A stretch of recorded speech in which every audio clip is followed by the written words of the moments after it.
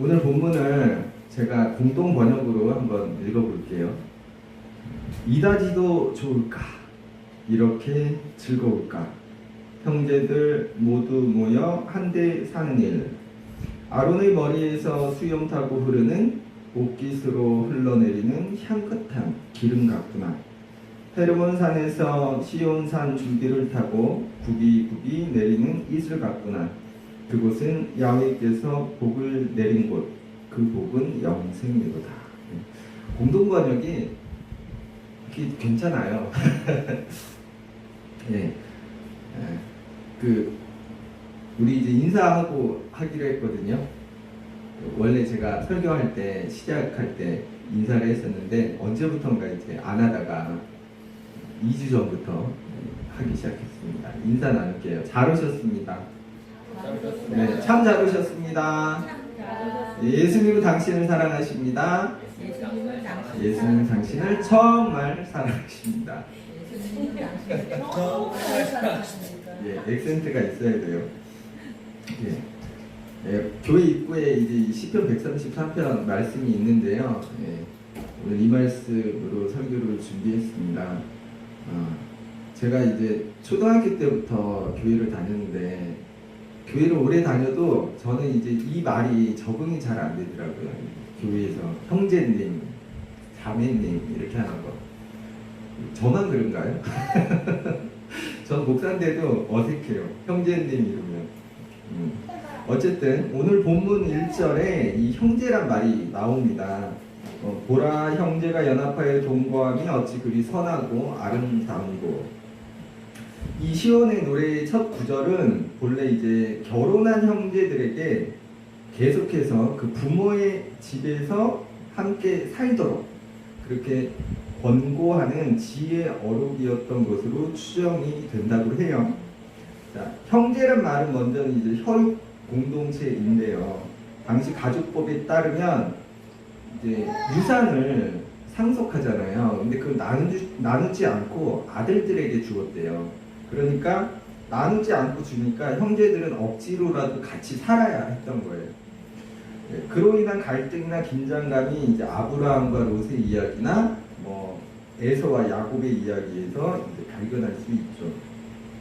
그래서 형제가 연합하여 동거한다는 구절은 결혼 후에도 계속 아버지의 집에 함께 사는 그런 사회 관습에 관한 부모와 자식들이 함께 살면서 그런 대가족 제도의 어떤 힘과 장점을 칭찬하는 의미인데요. 그러나 후에는 이 말씀이 절기 때에 예배를 드리기 위해 예루살렘에 오는 그 순례자들, 그 모임을 축하하기 위한 용도로 사용이 됩니다. 그래서 오늘 본문에서 형제란 순례자를 가리키는 것이죠. 순례자들이 하나님의 언약 안에서 친족처럼 절기 동안에 함께 둘러앉아서 음식을 나누는 그런 모습이고요. 하나님의 약속은 이 순례자들을 한 가족으로 묶어주고 또 그들을 한데로 불러 모읍니다. 그러니까 1절에서 형제란 1차적으로는 이제 혈육 공동체를 가리키는 말이지만 하나님의 언약 안에서 가족 공동체가 되는 그 순례자들을 가리키는 말이고요. 그리고 오늘날에는 교회 공동체로 말할 수 있겠죠. 그래서 1절 말씀은 혈육 공동체가 함께 모여 사는 그 모습이 선하고 아름답다. 혹은 절기를 지키려고 예루살렘에 모인 순례자들의 함께함이 선하고 아름답다. 또 오늘날 교회 공동체가 연합하여 함께함이 선하고 아름답다. 이렇게 볼 수 있겠어요. 2절에 보면요. 머리에 있는 보배로운 기름이 수염, 곧 아론의 수염에 흘러서 그의 옷깃까지 내린 같다고 합니다. 자, 형제가 연합하여 동거하는 일이 이와 같다는 것인데 그런데 여기서 보배로운 기름은 뭘까요? 먼저는 이제 좋은 기름을 머리에 부어서 수염까지 흐르도록 하는 것은 손님을 환영하는 풍습이라고 합니다. 근데 여기서는 이제 제사장 임명식이 연상돼요. 그러니까 출애굽기 29장 7절에 보면 관유를 가져다가 그의 머리에 부어 바르라고 해요. 제사장 직분을 위임할 때 머리에 이렇게 기름을 붓는 겁니다. 이때도 수염까지 기름이 흐르도록 붓게 되는데 이 기름은 제사장의 머리에서 그의 수염까지 흐르고 그의 옷깃까지 흘러내리게 되죠. 그런데 출애굽기 28장에 보면 제사장의 의복이 나와요. 에봇이라는 건데 그 에봇이 뭐 여러 가지 상징을 갖고 있지만 그 중에서 중요한 두 가지가 있어요. 어깨에 보면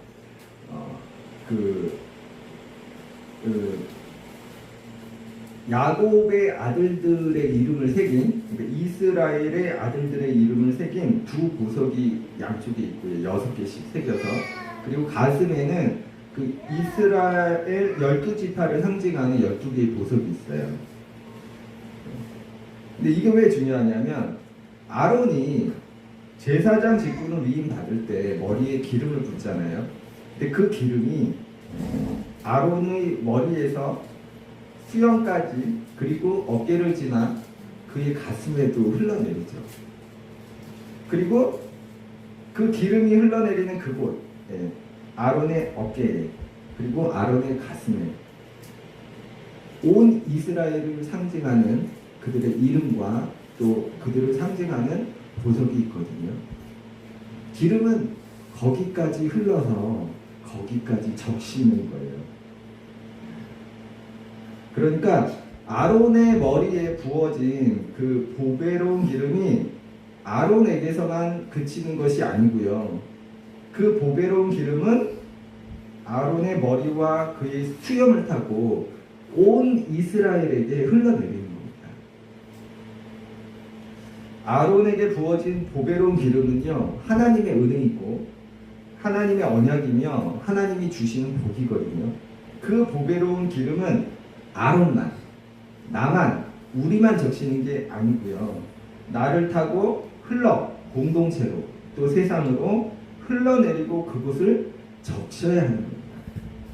그렇게 나의 복이 이웃에게 흘러내릴 때 우리가 그리스도 안에서 한 형제 자매로 서로 연합하고 또 동거하는 것이 아름다운 일이 되죠. 선한 일이 되죠. 3절에는 형제가 연합하여 동거함이 매우 선하고 아름다운데 이것이 마치 헐몬의 이슬이 시온의 산들에 내림 같다고 합니다. 자, 헐몬산은요, 지중해 동해안 지방에서 가장 높은 산이라고 해요. 그런데 헐몬산은 높기만 한 게 아니라 그 폭이 30km가 된다고 해요. 그러니까 엄청나게 크고 높은 산이죠. 그리고 눈이 엄청 많이 와요. 그렇게 내린 많은 눈이 쌓이게 되는데 이 눈이 녹으면 요단강의 수원이 됩니다. 그리고 헐몬산의 이슬이 이제 중요한 건데 이 팔레스타인의 기후는 크게 건기와 우기로 나뉘잖아요. 근데 우기에는 홍수가 나도록 비가 막 엄청나게 와요. 그런데 건기에는 거의 비가 오지 않습니다. 그러니까 헐몬산은 만년설은 아니라고 해요. 그러나 한 여름을 제외하고는 거의 1년 내내 그 정상이 눈으로 덮여 있다고 합니다. 근데 저녁이면 그 정상에 눈이 날려서 내려오다가 따뜻한 공기와 만나면서 이슬이 돼요. 그리고 그 남쪽의 네게부 사막까지 그 이스라엘 전역을 그 헐몬의 이슬이 모두 적셔주는 거예요. 그리고 그 땅에 모든 생물이 그 헐몬의 이슬의 혜택을 받게 됩니다. 오늘 본문에서 형제가 서로 연합하고 동거함이 선하고 아름다운 이유는요, 서로가 헐몬의 이슬처럼 상대의 갈급함을 채워주기 때문이 아닐까 싶습니다. 이어서 3절 중반에 보면 거기서 여호와께서 복을 명령하셨나니 곧 영생이로다 라고 말씀합니다. 자, 여기서 거기는 시온을 가리키는데요. 시온은 예루살렘 및 이스라엘을 상징하는 말이죠. 또한 시온은 하나님이 세우신 축복의 장소이고 또 하나님이 지정하신 곳이에요. 그래서 이스라엘 민족, 곧 하나님의 자녀들은 그 하나님의 은혜를 찾기 위해 시온을 찾았고 그들이 바로 오늘 본문에 나오는 또 순례자들이거든요. 그런데 오늘 본문에서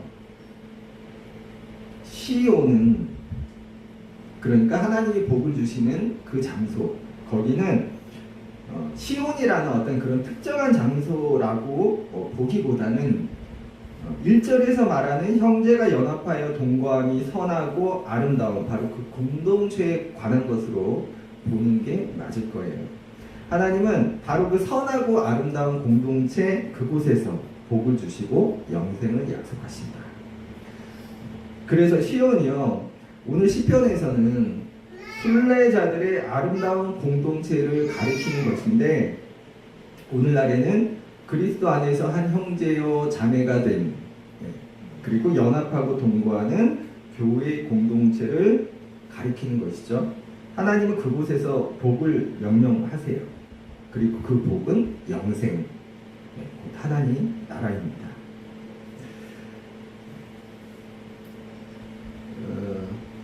보라, 형제가 연합하여 동거하며 어찌 그리 선하고 아름다운고.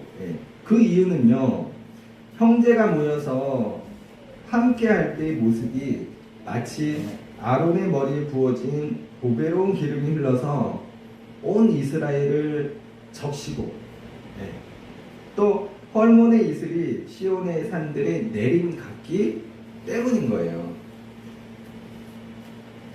오늘날 교회 공동체의 모습이 바로 이와 같아야 하겠죠. 내게 주어진 보배로운 기름이 교회 공동체를 향해 흘러야 하고, 나는 교회 공동체의 헐몬의 이슬과 같은 그런 존재가 되어야겠습니다.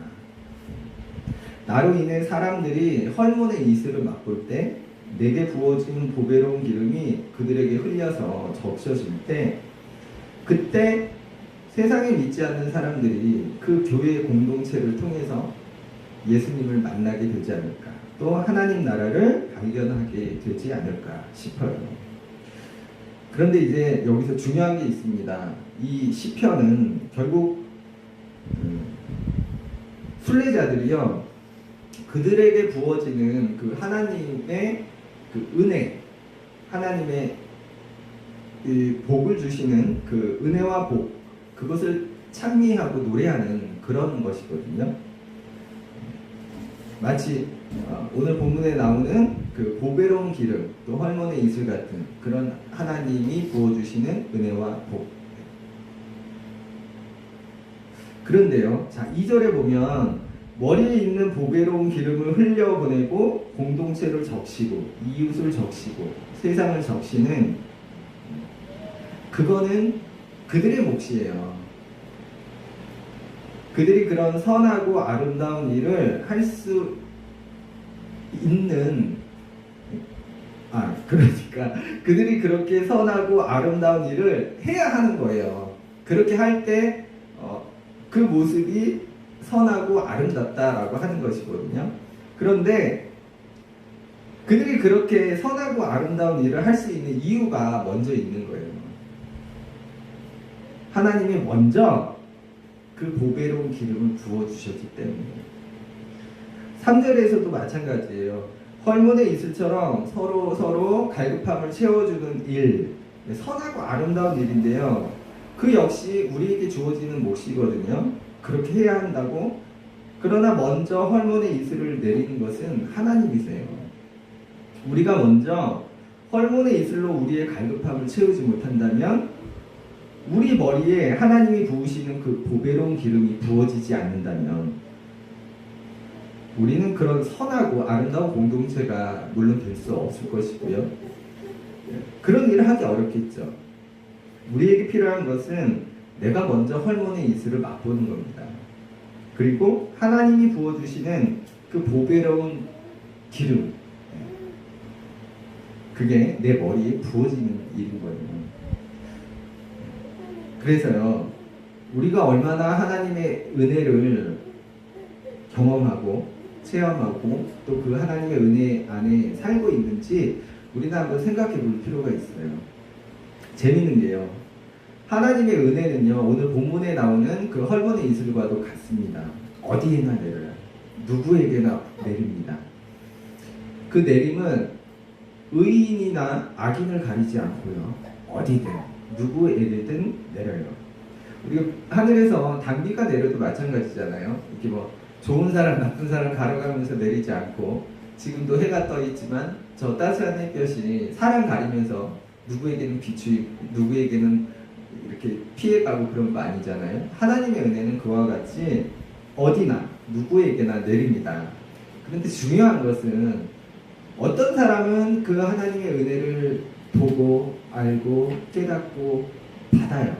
그리고 누립니다. 그런데 어떤 사람은 깨닫지 못하고 알지 못하고 누리지 못하고 받지 못합니다. 전에 제가 경주에서 사역할 때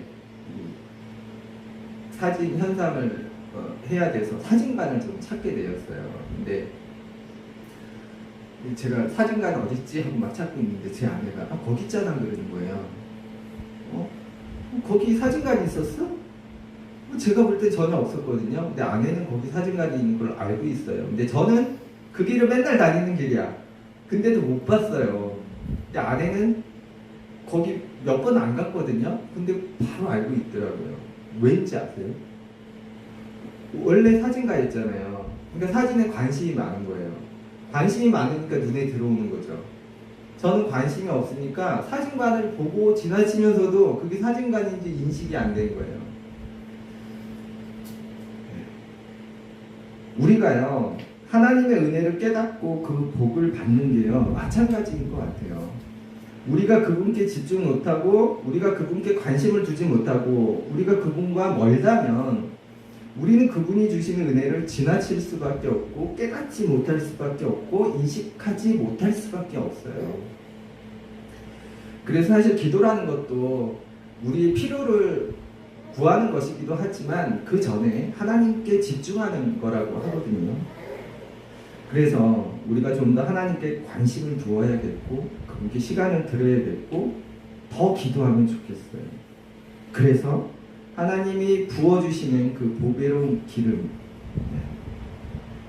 그 기름이 내 위에 부어지는 헐몬의 이슬을 맛보는 우리가 되면 좋겠습니다. 내가 복을 받아야, 내가 뭔가 있어야 그걸 흘려보낼 거 아니에요? 아무것도 없는데 어떻게 흘려보내? 물탱크에 물이 없는데. 그리고요, 오늘 시편 133편 말씀이 너무 좋아요. 은혜로운 말씀인데, 내게 부어진 그 보배로운 기름을 공동체로, 이웃으로, 세상으로 흘려보내는 일, 헐몬의 이슬과 같이 살아가는 일, 너무 멋지고 아름다운 일입니다. 그런데요, 우리가 이 일을 너무 거창하게 생각하지 않았으면 좋겠어요. 거창하고 이거 너무 멋있는 일이잖아요. 저는 사실 이제 설교를 준비하면서 늘 그렇지만 오늘도 반성을 많이 하게 되었어요. 보배로운 기름은커녕 나는 다른 이 일을 이롭게 그렇게 하면서 살아왔는가? 그런 생각이 문득 들더라고요. 나로 인해서 누군가가 기뻐하고 누군가에게 내가 도움이 되는 보배로운 기름 거기까지 가지 말고, 그리고 멀리 어떤 내가 모르는 이웃이나 뭐 세상까지 갈 필요도 없이 내 가정에서, 내 가족에서, 그 안에서 나는 어떻게 살아왔는가 생각해 보게 되더라고요. 그렇잖아요. 일단은 자식으로서, 또 아빠로서, 아내로서, 또 형제로서, 또 내가 막 정말 친하게 지냈던 그 친구들한테 난 얼마만큼 해줬지? 받기만 한 거 아니야? 나는 그들을 이렇게 했나? 피해만 끼친 건 아니야? 괴롭게 한 건 아니야? 그래서 이제 그런 생각들을 하게 됐어요. 난 좋은 자식이었나? 좋은 형부였나? 좋은 남편이었나? 좋은 아빠였나? 그러다 보니까 못한 것만 더 생각이 나더라고요. 그래서 우리가 하나님의 은혜로 흘려보내는 그런 멋지고 아름다운 일을 하는 것은 좋은 일이고 또 우리에게 주어진 미션입니다. 그런데 그 전에 먼저 내 가정에서부터 더 좋은 사람이 되어야 되지 않을까 싶어요. 내 가정에서조차 좋은 아빠가 못 되고 좋은 남편이 못 되고 좋은 자식이 못 되는데 세상을 거론하는 거는 그건 좀 모순적이지 않습니까? 그래서 모순적인 저를 발견했어요. 그래서 어제 편지 쓸 일이 있어서 우리 아들에게 편지에 그렇게 적었어요. 아빠, 권위적인 아빠 이제 죽었다고 생각해라. 이제 좀 더 놀아주고 화내기보다 설득하고 대화하는 아빠가 되겠다. 노력하겠습니다. 오늘. 또 그래도 안 바뀔지 몰라. 네. 어쨌든 우리가 그것부터 먼저 해야 되지 않을까 싶어요. 다시 본문으로 돌아가서요. 특별히 이제 오늘 본문 2절에서 그 아론의 보배로운 기름은요, 우리에게 또 하나의 메시지를 주는데 그것은 이제 제사장 직분에 관한 거예요. 제사장이 뭐 하는 사람이지? 여기에 대해서 알려줍니다. 분명히 아론의 머리에 부어진 그 보배로운 기름은요, 증거예요. 이 사람이 이제 제사장이다라는 그 위임의 증거입니다. 그러니까 그건 아론에게 분명히 주어진 거예요. 그 기름은. 그런데 아론에게 부어진 그 보배로운 기름이 아론에게서만 멈추는 게 아니고 그의 머리에서 수염을 타고 어깨를 거쳐 가슴까지 온 이스라엘에 흘러내리고 거기까지 적시는 거예요. 자, 이 시간 우리 두 눈을 감고 한번 상상해 보시게요. 지금 아론의 머리에 보배로운 기름이 부어집니다. 그 보배로운 기름이 그의 머릿결을 따라 또 수염을 따라 그의 어깨와 옷깃을 지나 그의 가슴에 온 이스라엘을 적시며 흘러내립니다. 또 그것은 그의 옷자락 끝까지 다다르고 거기에서 방울이 맺히고 이내 바닥으로 한 방울 두 방울 떨어집니다. 그 보배로운 기름은 단지 아론과 온 이스라엘만을 적시는 것이 아니라 이제 땅도 적십니다. 그리고 그 기름은 세상까지 흘러내립니다. 자, 눈을 뜹시다. 여러분, 하나님이 부으시는 그 보배로운 기름은요, 나에게만, 우리에게만 주어지는 것이 아니라 흘려보내라고 그렇게 다른 곳까지 적셔야 한다고 그래서 우리에게 부어주시는 겁니다. 그리고 그게 바로 제사장의 직무입니다. 오늘날 교회 공동체 역시 하나님의 거룩한 제사장으로 부르심을 받았거든요. 하나님은 교회 공동체에 아론에게 그러셨듯이 예수 그리스도라는 보배로운 기름을 부어주셨어요. 우리에게 부어진 그 보배로운 기름은 먼저 나를 적시고요. 그리고 교회 공동체를 향해 흘러내리고 이 보배로운 기름은 거기서 멈추는 거가 아니고 세상까지 흘러내리는 겁니다. 보배로운 기름이 아론을 제사장으로 위임하는 증거이듯이 우리에게 부어진 그리스도의 피는 우리가 교회인 증거가 됩니다. 교회로 위임받은 우리에게 부어진 보배로운 기름, 예수 그리스도를 세상까지 흘러내리게 하는 일, 이게 오늘날 제사장으로 부르심을 받은 우리의 몫입니다.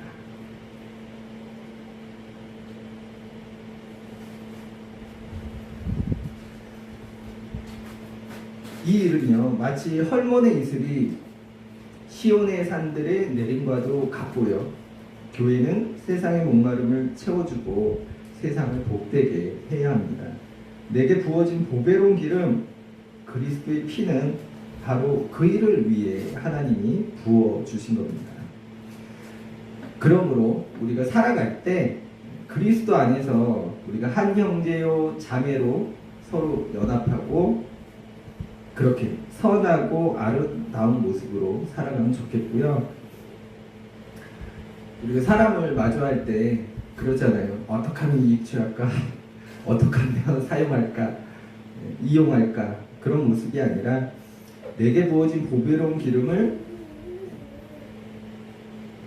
내게 주신 하나님의 복을 흐르게 하고 전하고 주고 그렇게 세상의 목마름을 헐몬의 이슬처럼 채워주는 그런 삶을 살아가면 좋겠습니다.